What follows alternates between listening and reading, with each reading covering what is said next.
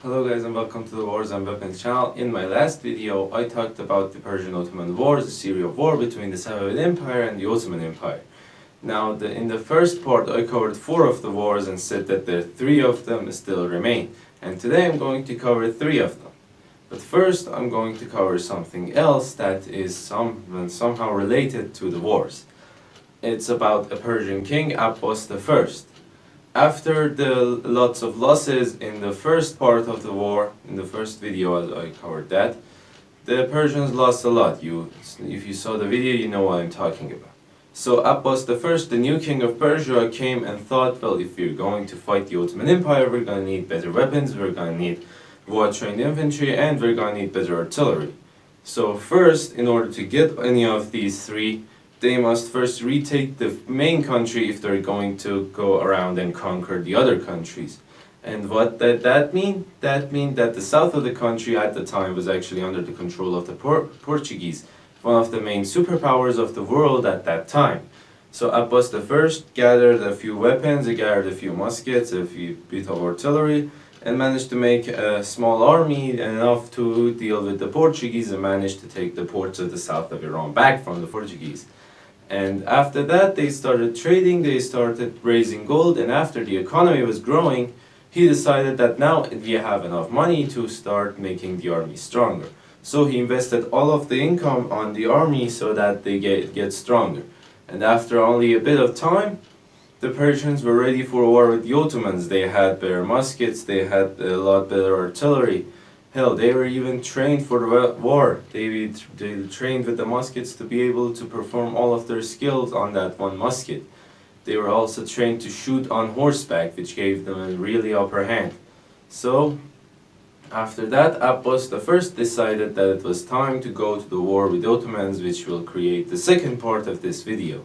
After Shah Abbas developed the army, he decided that it was now strong enough to deal with the Ottoman Empire. So he gathered his army and he decided to take back some of the parts that the Ottomans captured in the wars before.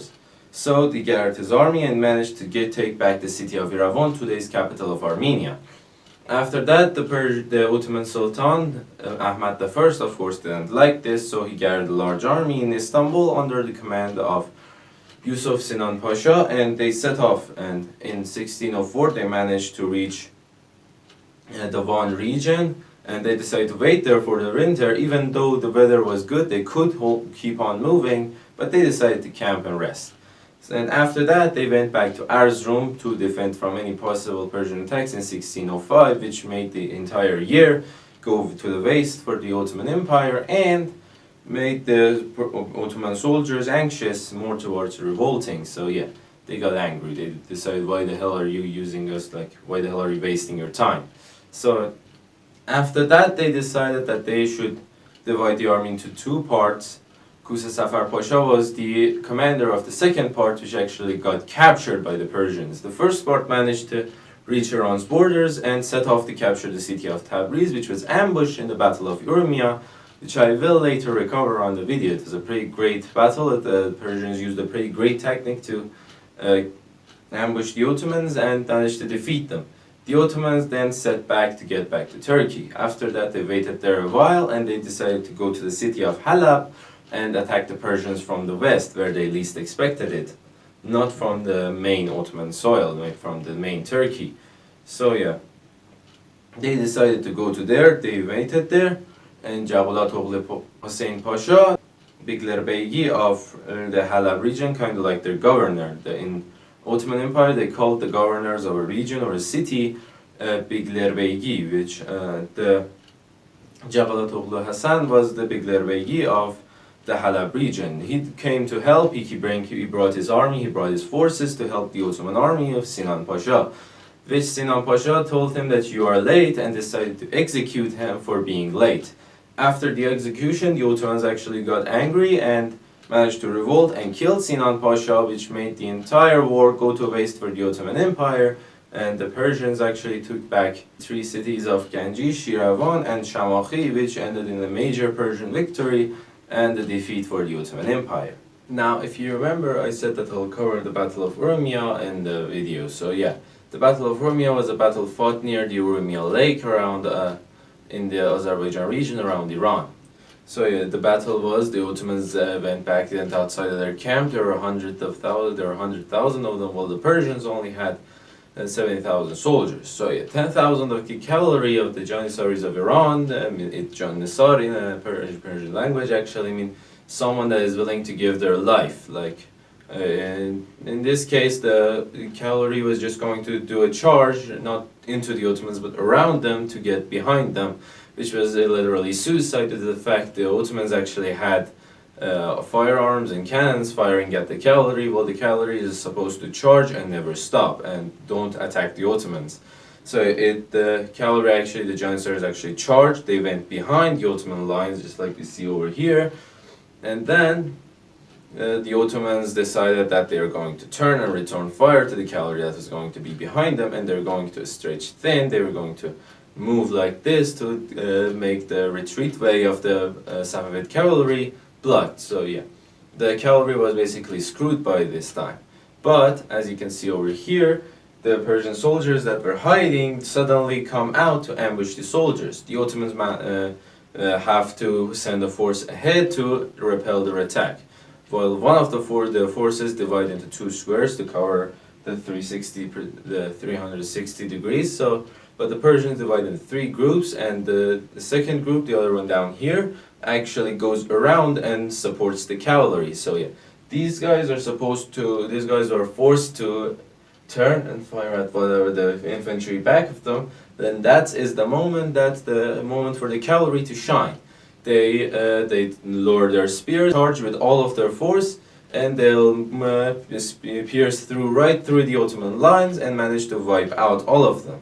Now that the majority of the Ottoman soldiers is destroyed, it only remains this small circle, which the Persians actually move into here, and the cavalry also move into here, and they managed to wipe out the Ottomans pretty easily, with only a few of them managing to escape, which later on got revolted and killed their leader, as I said in the video. The next war we're going to talk about also didn't have a name, it just had a year mark, 1623 until 1639. The 16 years of clash between the Shah of Iran, Abbas I again, and the changed Sultan of the Ottoman Empire, Murad IV. The two kings clashed with each other around the Kafkaz region, around Azerbaijan, and the Bain al-Nahrin region around Iraq, which inside these battles, the deadly clashes between the two, the Ottomans managed to take back most of the Bain al-Nahrin region, while the Persians managed to get back more of the Kafkaz region. So the victor was kind of undecided with the fact they both won, but in different regions, so I'll let you decide who won the battle in the comment section. After almost 100 years of harmony and peace between the two empires, the Ottomans decided that the Persians have gained enough ground. The Ottoman Sultan, Mahmud I, decided that they gave Tahmasp II, the Shah of Iran, enough time to prepare for battle. So they grew up all of their armies, they managed to get a decent army together, and they decided to get back all that the Persians managed to retook from the Kafkaz region and the Bain al-Nahrin regions, which the Persians were as always ready for the attack. So they managed to repel the attack and throw a counterattack against the Ottomans in the 5 years of 1730 till 1735, which actually didn't end well as it was supposed to for the Ottomans. They managed to lose most of the Bain al-Nahrin region and some of the Kafkaz region, so it ended at a major Persian victory and of course a major Ottoman defeat. The Safavid-Ottoman wars are over, but the Persian-Ottoman war series still has more wars to offer, so maybe I'll cover them in a later video, but those will be for later. These two parts were the Safavid-Ottoman wars, where the wars were in their heights, and they were still hot due to the fact there were lots of wars going in these governments, but in between the rest of them, there were three other more wars that I may cover in a later video. In those three, there were just 3 wars. They weren't much. As I said, they weren't as much as the Safavid Empire. So yeah, those will be in a later video. So make sure to like this video. Make sure to hit the subscribe button next to the channel name. Make sure to ring the war bells to be notified of the rest of the wars that will occur on this channel. And stand by for the next one.